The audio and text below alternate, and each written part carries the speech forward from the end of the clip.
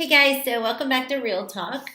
Today I just want to tell you a little bit about this experience that I had yesterday with my son. He is 15 and he's driving, and this mommy is doing pretty well with it, honestly, in all actuality. But yesterday we were coming home from a steakhouse and here in Lawrence, and my husband sent him home in a different way.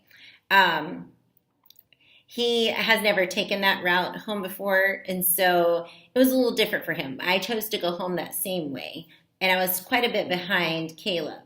So as we're driving, there's just piles of traffic at 6 p.m., so it's after work traffic. Cars are going 90 to nothing on a two-lane highway. And I look up ahead and I see Caleb's truck pulled over on the side of the road. And I seriously think my heart like lodged in my stomach somewhere, but I could tell it was okay. Like he wasn't in an accident, but it just terrified me really to think that he was pulled over on the side of the road. So I'd already made plans to get myself over on the side of the road and check on him, of course. And so I pulled over right in front of him, and I wanted to open my door, but I was afraid it would like get taken off by the cars that were flying by at a high speeds. So I called him. I was like, "Hey, bud, so what's going on? Like, how's everything going?" He's like, "Mom, like, I don't think I'm going the right way. I was trying to come home a different way, and Dad sent me home this way, and I'm not really sure. And I'm gonna U-turn. I'm gonna try to U-turn and go back to the street that I know, and then go home that way." And I'm like, that's a great strategy. But the truth is, Caleb, you're going the right way. You are. And you know what? Do you see how heavy this traffic is right here? You're not going to get a break in order to U-turn this huge pickup. It's going to be like a three-point turn on a two-lane highway, and there's no break in traffic for miles. It's heavy traffic. And so you're going the right way. You just need to go up about 2 more miles, and you'll start to see things that are familiar to you. Follow me. The next break, we'll get out into traffic and follow me. And when we get home, I'd like to talk to you about when you started to see things that look familiar. And he's like, "Okay, Mom, thanks so much. So we got back on track and we're going down, and we get home. And I said, "Caleb, I'm so proud of you for trying a new route. You're never going to learn all the different ways that we can get home if you don't try new routes. So thank you for not turning around.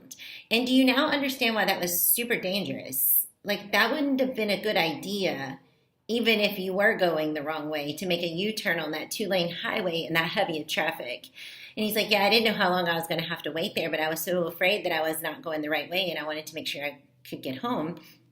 I was like, "I appreciate that, but honestly, that's too dangerous. You don't want to take a dangerous route like that." And going back to what you're familiar to is a great strategy. However, learning new ways to get home is also equally a great strategy. What could you have done differently? And he's like, "I could have, when I was pulled over, put it in my GPS, our home address, and see if it would reroute me home." Like, that would have been a much better option. And so as we're going through this conversation, I got to thinking how that relates to education and innovation in the classroom and trying new things. And be it the student or the teacher.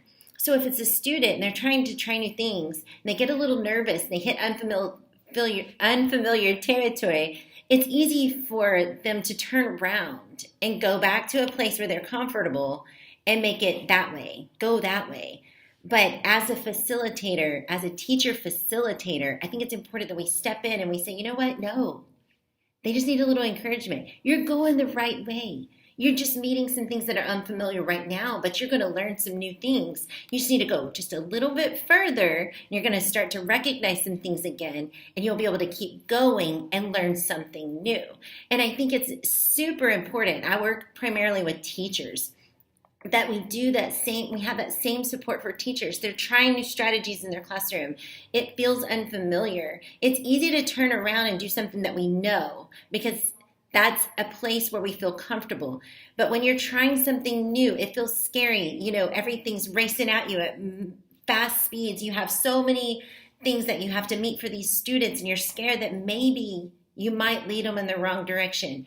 But they need an administrator, or they need a coach, or they need a curriculum facilitator to step in the place and say, "You know what? You're doing it. You're going in the right direction. You're going to learn some new things, and then you're going to meet and master standards that you never dreamt you could meet by learning these new things. So keep going. You're going to start to see some things that are familiar a little later down the road.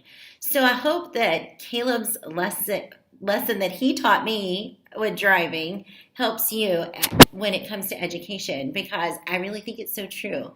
Let's be that encourager. Let's be that motivator. Let's lead them the way a little bit and then let them fly on their own.